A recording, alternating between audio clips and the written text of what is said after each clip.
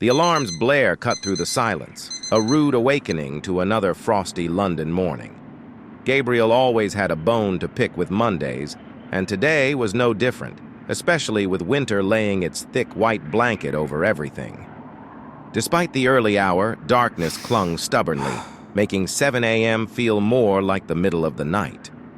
Gabriel's morning began unceremoniously, as it always did, in the modest confines of his one-bedroom apartment nestled in the heart of London's bustling metropolis.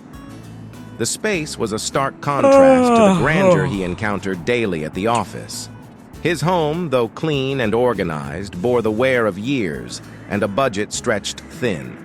The furniture, a collection of second-hand pieces and budget finds, told a story of practicality over luxury.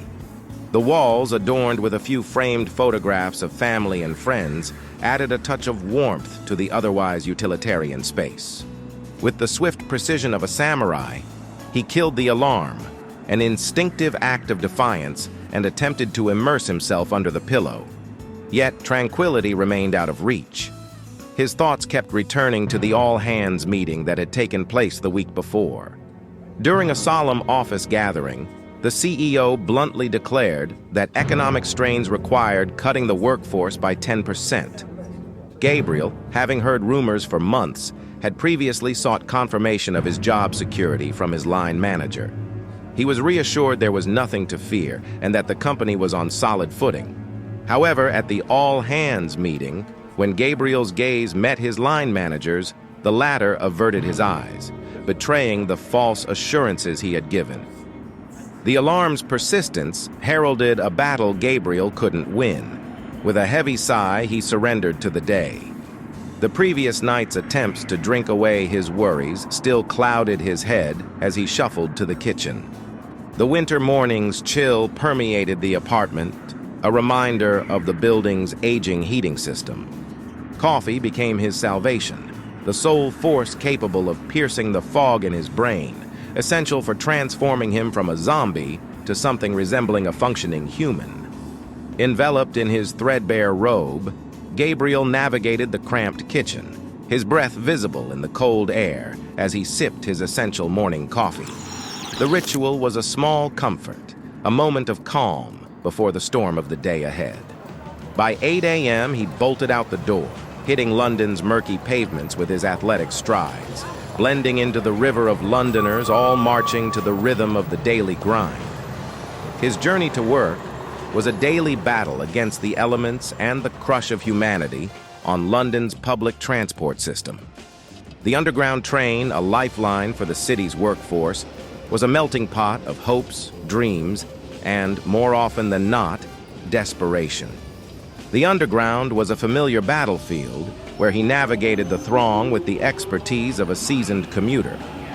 Gabriel, with years of experience, had mastered the art of finding standing spots where there seemed to be none, a small victory in the daily hustle.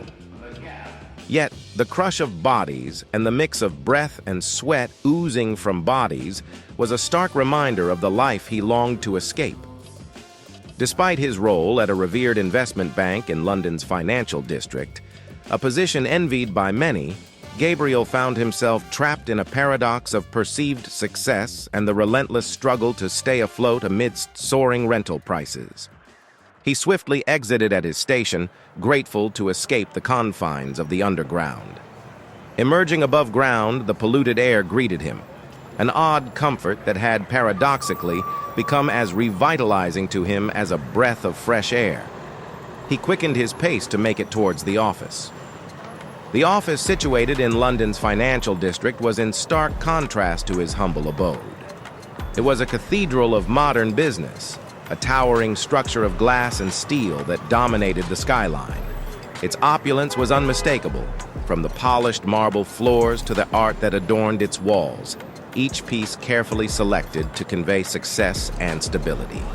Gabriel's desk, situated in the open-plan expanse of the customer service floor, offered a panoramic view of the city, a constant reminder of the world outside the corporate bubble. As he approached the building's entrance, he caught a glimpse of a Rolls-Royce Cullinan pulling into the building's driveway. Its turquoise blue elegance starkly contrasted the gray monotony of his morning, offering a fleeting escape, a window to a world of wealth and ease. He slowed down his pace as he quickly did a mental calculation, realizing he would need to work another 10 years without spending any of his salary to afford a car like this. Transfixed, he watched a familiar figure emerge from the passenger seat as the driver drove off to park. Staring in disbelief, Gabriel recognized the celebrity stepping out. Their eyes met, and the figure called out, Gabriel, it's been a long time. Vincent, I can't believe it's you.